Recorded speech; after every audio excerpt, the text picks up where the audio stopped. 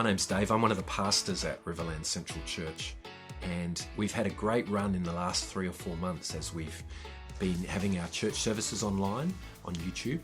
And now as we start to meet together again at our premises at Mortimer Road in Berry, we've got a great opportunity to instead just have these short vignettes where we talk a little bit about a sermon summary, things we've been doing in the church, and hopefully this will help you to just stay connected to the church in the next season. I want to thank you for doing your best to maintain your passion and love for Jesus in this last season. It's been really tough as things have been taken away from us, but you are to be encouraged and commended. If you're watching this video, that means you have tried your best to maintain your love for Christ. Thank you so much. This has been an unprecedented time. We've seen countries close their borders. We've seen food and other essential shortages in South Australia.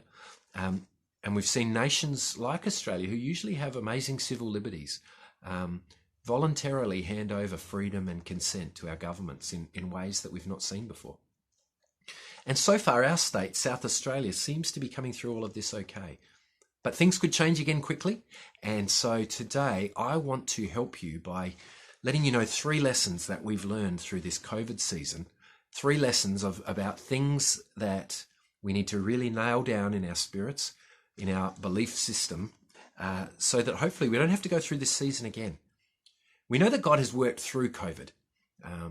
He may not have created it, he may not have sent it, but God has worked through it. And sometimes he takes things away in order for us to concentrate on the things that really matter. So here we go. 3 lessons from God that we need to learn from the COVID season. The first one is put God first. Corona literally stopped the world overnight. Most of the things that we took for granted have gone. Things like overseas travel, interstate travel, salaries and incomes, things like even simple things like handshakes and hugs and other physical contact.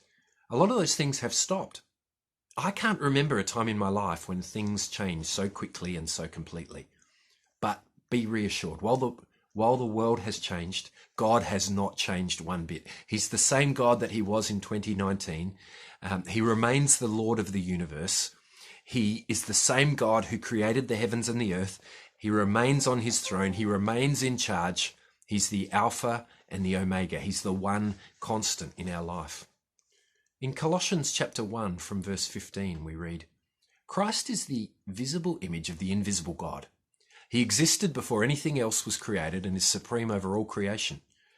For through him, God created everything in the heavenly realms and on earth. He made the things we can see and the things we can't see, such as thrones, kingdoms, rulers, and authorities in the unseen world. Everything was created through him and for him. He existed before anything else, and he holds all creation together. Please understand today that God remains the King.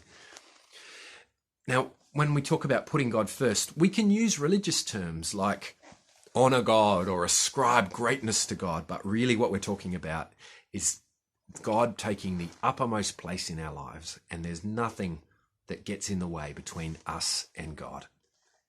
The second lesson we need to learn is to value our relationships.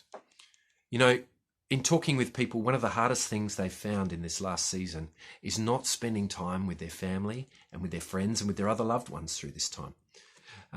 Those who live alone struggle without human contact.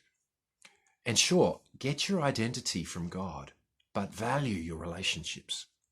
Take a look at what happened in the book of Mark as Jesus was on the night before he was arrested in the Garden of Gethsemane. In Mark 14 from verse 32, we read, And they went to the olive grove called Gethsemane, and Jesus said, Sit here while I go and pray. He took Peter, James, and John with him, and he became deeply troubled and distressed. He told them, My soul's crushed with grief to the point of death. Stay here and keep watch with me. He went on a little further and fell to the ground. He prayed that if it were possible, the awful hour awaiting him might pass him by. Abba, Father, he cried out, everything's possible for you. Please take this cup of suffering away from me. Yet I want your will to be done, not mine. Then he returned and found the disciples asleep.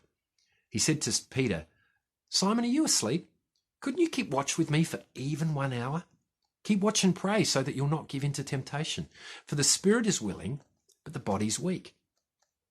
Jesus was in his very darkest time right before his execution because he knew what was going to happen.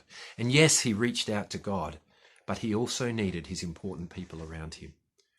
And I want to encourage you, value your important people. Who are the people who have seen you at your worst and yet have hung in there with you? Who are the people who encourage you no matter what? Who are the people who love you? Who are the people who speak words of life over you? They're the people to value, they are the people to hold close, and they are the people to love well. And the third and final lesson we're to learn is this: live a full life for Jesus. One of the things people have struggled with so much during this time is when people have passed away and because of state restrictions, they've not been able to attend their funerals, or they've not been able to give people the kind of funeral that they felt would properly honour their loved one's life. In Hebrews chapter 9 from verse 27 we read, "And just as each person is destined to die once and after that comes judgment, so also Christ was offered once for all time as a sacrifice to take away the sins of many people. He will come again, not to deal with our sins, but to bring salvation to all who are eagerly awaiting him." You know, we each get one life. There's no reboot. There's no second chance. There's no respawning. We each get one shot at life. So I encourage you this morning, follow Jesus with all you've got. Don't be someone who's just said the sinner's prayer and then is hanging on until you get taken off into heaven. Follow Jesus. Be his disciple. Make sure that your life is slowly being transformed into his likeness. Chase after him with everything you've got. Go on a journey of discipleship. Well, those are the three lessons that we can take from this Corona season.